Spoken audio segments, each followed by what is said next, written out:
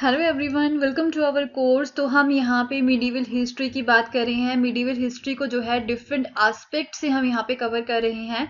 Last video में हमने जो है पेंटिंग्स की बात की थी कि मिनिएचर पेंटिंग जो है वो किस तरह से यहाँ पे डेवलप होती है during the medieval period. And in this particular video we are going to discuss about the growth of Bengali language during the medieval period कि जो बंगाली लैंग्वेज है वो किस तरह से यहाँ पे डेवलप होती है मिडिवल पीरियड के समय में। तो यहाँ पे जो है कुछ जो दूसरी लैंग्वेजेस थी जो दूसरी रीजन्स में बोली जाती थी उसका भी कोई प्रभाव यहाँ पे पड़ता है या नहीं पड़ता, या फिर ये इंडिविजुअली ही डेवलप होती है। ये सब चीजें हम यहाँ पे इस पर्टिकुलर वीडियो में कवर करने जा रहे हैं। So now let's start the video. तो क्या रहता है यहाँ पे कि हम देखते हैं कि जैसे हमने जो है एक दो वीडियोस पहले भी देखा था कि कोई पर्टिकुलर रीजन को अगर हमें यहाँ पे आइडेंटिफाई करना है तो हम जो है उन लोगों के द्वारा, उस रीजन के लोगों के द्वारा जो भी लैंग्वेज यहाँ पे बोली जाती है, राइट, उस लैंग्वेज के बिहाफ पे ही हम यहाँ पे रीजन को आइडेंटिफाई करते हैं। जैसे पंजाब में पंजाबी बोली जाती है तो वहाँ पे पंजाबी से जो है पंजाब बोल सकते हैं कि ये जो है पंजाब रीजन से बिलोंग करते हैं लोग। जैसे जो है एक तरह से ओडिया लैंग्वेज बोली जाती है तो हम बोल सकते हैं कि वो उड़ीसा से जो है वो बिलोंग करते हैं, राइट। सिमिलरली यहाँ पे बंगाली बोलते हैं तो हम बोल सकते हैं कि ये बंगाल से बिलोंग करते हैं। Okay, so we assume that people जो बंगाल में है वो हमेशा से ही बंगाली बोलते थे। हम ये भी एज्यूम कर सकते हैं कि वो हमेशा से ही शुरू से ही जो है यहाँ पे बंगाली बोलते थे। बट यहाँ पे जो है कुछ इंटरेस्टिंग चीज ये है कि एक तरह से कि बंगाली जो है उसे ऐसा बोला जाता है कि एक ऐसी लैंग्वेज है जो कि संस्कृत लैंग्वेज से जो है डिराइव हुई है। ओके, तो अर्ली संस्कृत टेक्स्ट जो हैं वो ये सजेस्ट करते हैं, बट यहाँ पे जो है प्रॉब्लम ये आती है कि अर्ली संस्कृत टेक्स्ट जो है वो ये सजेस्ट करते हैं कि जो बंगाल के लोग थे उन्होंने कभी भी सांस्कृतिक लैंग्वेजेस जो थी वो नहीं बोली थी। अभी जो है ऐसा बोला जाता है कि बंगाली जो है, राइट, उसका ओरिजिन क्या है, वो संस्कृत लैंग्वेज से ही जो है वो डिराइव हुई है, अभी ऐसा बोला जाता है।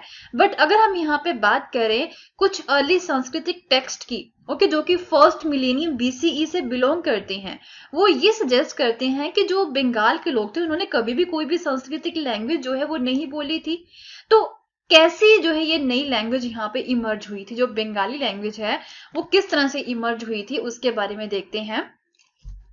हमने देखा था कि 4th से लेके 3rd सेंचुरी बीसीई के बीच में ये जो समय रहता है वहां पे उस समय में जो कॉमर्शियल टाइज होते हैं डिफरेंट रीजन्स के बीच में, जो कॉमर्शियल संबंध होते हैं वो यहाँ पे बनने स्टार्ट हो जाते हैं।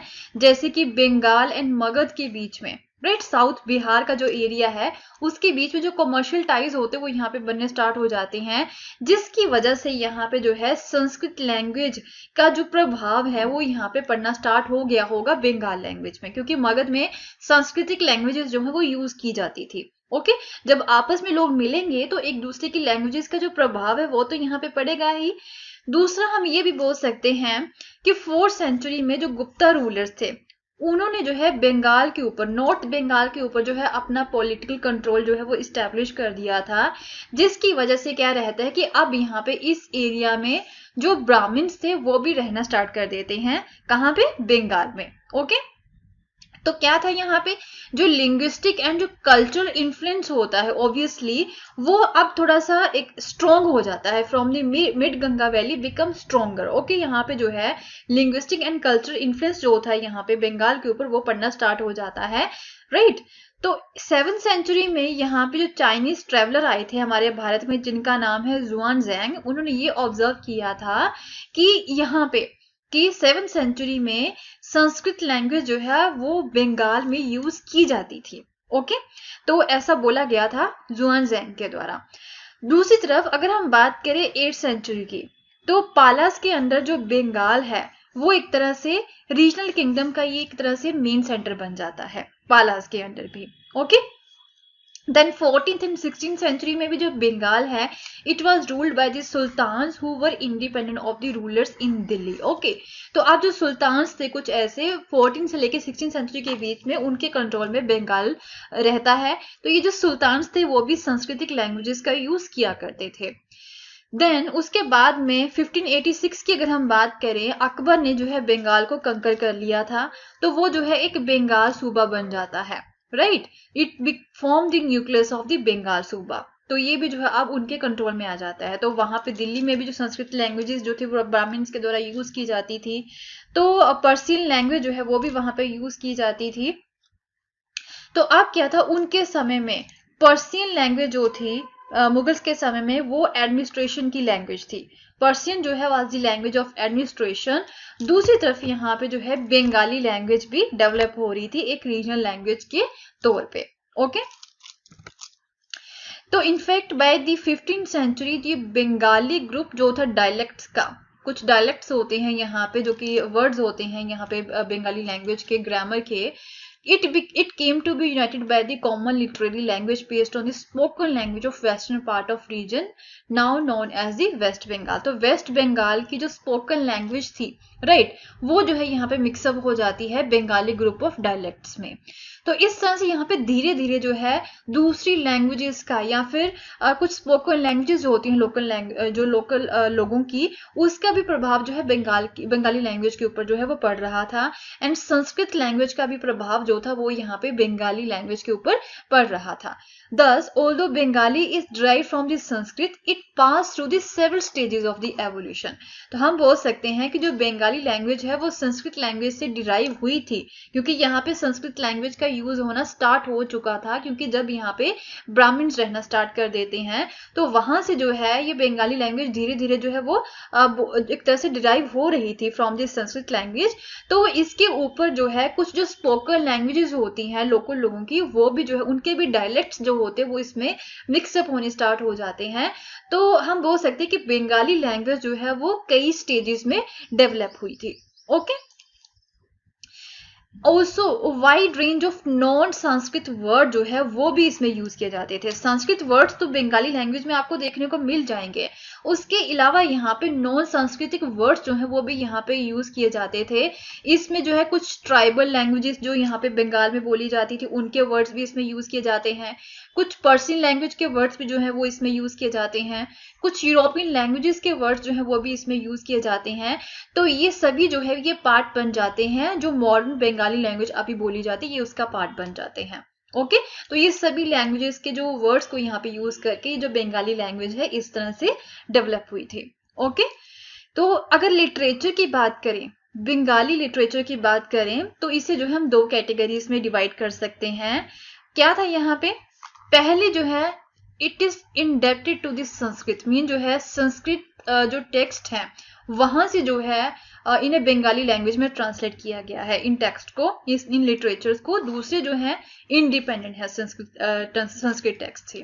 ओके, तो पहले हम बोल सकते हैं translation of the Sanskrit epics, कुछ जो संस्कृत के एपिक्स थे, राइट, उन्हें ट्रांसलेट किया गया था बंगाली लैंग्वेज में। उसमें नेम आ सकता है दी मांगला काव्यास, लिटरली जैसे क्या बोला जाता है, कुछ पोएम्स होगी जो कि लोकल डाइटीज जो थे यहाँ पे बंगाल के उनके साथ जो है वो डील करती हैं, मंगला काव्यास होंगी। तो ये जो मंगला काव्यास है ये संस्कृत टेक्स्ट थे, इन्हें जो है ट्रांसलेट किया गया था into the Bengali language. And भक्ति लिटरेचर हो गया, ओके, लाइक चैतन्य देव जो थे उनकी बायोग्राफीज होगी। देन वैष्णवा भक्ति मूवमेंट जो होगी, उनके जो लीडर थे, चैतन्य देवा जो है वो किसके लीडर थे, वो वैष्णवा भक्ति मूवमेंट के लीडर थे। तो इनके लिटरेचर को भी यहाँ पे जो है ट्रांसलेट किया गया था। तो पहला तो ये हो गया कि जो संस्कृत लैंग्वेज से बिलोंग करते हैं जो टेक्स्ट है। नेक्स्ट आ जाते हैं यहाँ पे नाथ लिटरेचर, ओके, जो कि है ही बंगाली लैंग्वेज से बिलोंग करते हैं, such as the songs of the Mainavati and the Gopi Chandra and stories concerning the worship of the Dharma Thakur and fairy tales and folk tales या फिर कुछ गाथा गीत जो होते हैं ये सारे ही जो है बंगाली लैंग्वेज में ही जो है लिखे गए थे। तो बंगाली लैंग्वेज को दो कैटेगरीज में डिवाइड किया जा सकता है। तो जो एक तरह से जो फर्स्ट कैटेगरी में आते हैं, जो कि जैसे हम संस्कृत एपिक्स भी बोल सकते हैं, जिन्हें ट्रांसलेट किया गया था फ्रॉम द संस्कृत एपिक्स, तो ये फर्स्ट कैटेगरी के टेक्स्ट आ जाते हैं। तो इनकी डेट को जो है फाइंड करना कि ये कौन सी डेट से बिलोंग करते हैं, कब इन्हें कंपोज किया गया था, कब इन्हें जो है कंपाइल किया गया था, उसे जो है इसकी डेट को फाइंड करना जो है इजियर है। ओके, तो ऐसा बोला जाता है कि जितनी भी ये जो मैन्यूस्क्रिप्ट्स थी जो कि संस्कृत लैंग्वेज से ट्रांसलेट की गई थी, ये जो है एक तरह से लेट 15 या फिर मिड 18 सेंचुरी से बिलोंग करते हैं। तो इनके तो टाइम पीरियड का पता है। बट जो सेकंड कैटेगरी से बिलोंग करते हैं, जो कि एक तरह से बंगाली लैंग्वेज में ही जो है लिखे गए थे, बट ये जो है सारे इन्हें सर्कुलेट किया गया था ओरली, राइट, इन्हें जो है ओरली ही सर्कुलेट किया जाता है, तो जनरेशन टू जनरेशन जो है ये पास आउट हुए थे, राइट। तो इनको जो है प्रिसाइजली हम डेट आउट नहीं कर सकते हैं।